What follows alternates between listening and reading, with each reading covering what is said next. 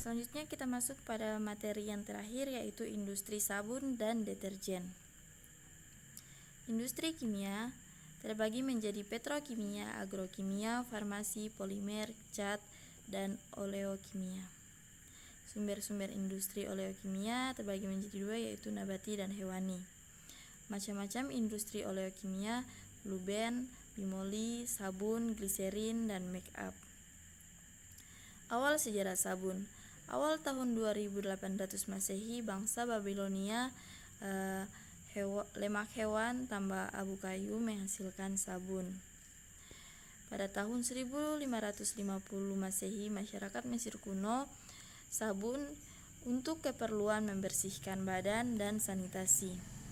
Pada awal abad Masehi, bangsa Romawi sabun yaitu untuk membantu penyakit kulit. Sabun mandi batang. Bahan baku: minyak atau lemak, talou, lemak hewan, minyak kelapa, minyak sawit, minyak ikan, minyak zaitun, dan lain-lain.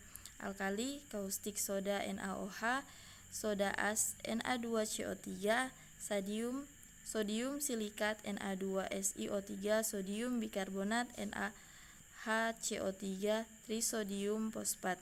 Bahan aditif: air, gliserin, surfaktan, pewangi, pewarna, deodoran, antioksida, builder, dan filler. Proses dan reaksi pembuatan sabun. Yang pertama, penyiapan bahan baku. Yang kedua, penimbangan bahan baku. Yang ketiga, pemanasan atau pelelehan asam stearat. Yang keempat, pencampuran minyak, kelapa sawit, jarak, jagung, dan kedelai. Tahap selanjutnya, penyiapan stok sabun atau NaOH. Selanjutnya, pencampuran etanol, NaCl, gula, asam sitrat, dan air. Sediaan 1, pencampuran pewarna. Sediaan 2, pencampuran pewangi, pencetakan, lalu pengemasan. Proses dan reaksi pembuatan sabun. Saponifikasi lemak netral. Reaksi saponifikasi menghasilkan sabun sebagai produk utama dan gliserin atau gliserol sebagai produk samping. Gliserin atau gliserol sebagai produk samping juga memiliki nilai jual. Yang pertama, saponifikasi lemak netral. Yang kedua, pengeringan sabun, vakum spray dry. Selanjutnya, proses pembuatan sabun. Selanjutnya, sabun mandi cair. Bahan baku: minyak atau lemak, minyak kelapa murni VCO, bahan aditif: gliserin, aquades, propilena glikol, kokodea, minyak atsiri, etanol 96%, phenolphthalein, aseton, dietil ether, media plat, koun, agar, buffer, pepton, water, alkohol 70%, alkali, KOH, kalium hidroksida.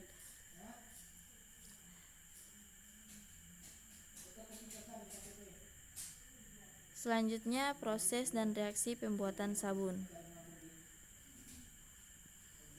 Proses dan reaksi pembuatan sabun cair.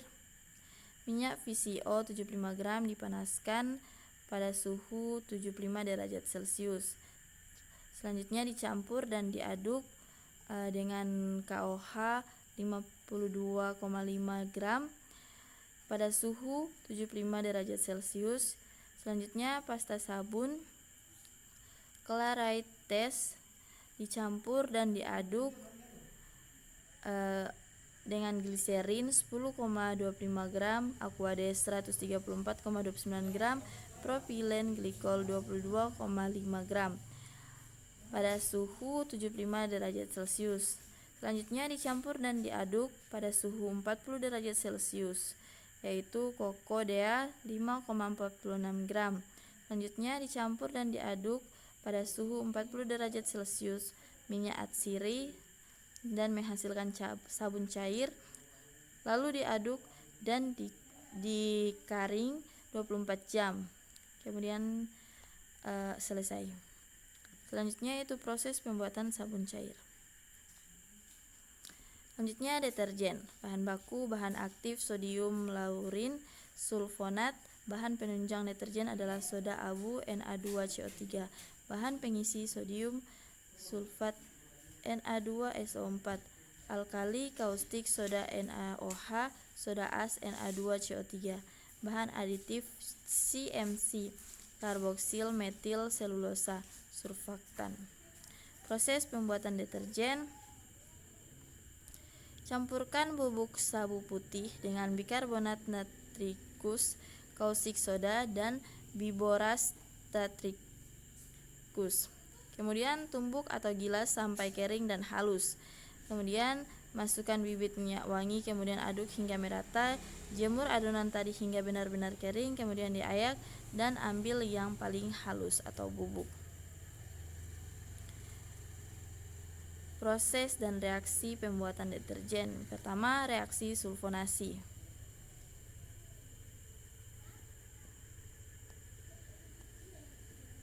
Yang kedua, reaksi sulfonasi terbagi menjadi dua, yaitu reaksi utama dan reaksi tambahan. Yang ketiga, netralisasi dengan NaOH. Hasil reaksi sulfonasi dengan reaksi sulfasi ditambahkan dengan NaOH berbentuk Na5P3O11, kemudian terjadi hidrasi sebagai berikut. Na5P3O11 tambah 6H2O menghasilkan Na5P3O11 kali 6H2O.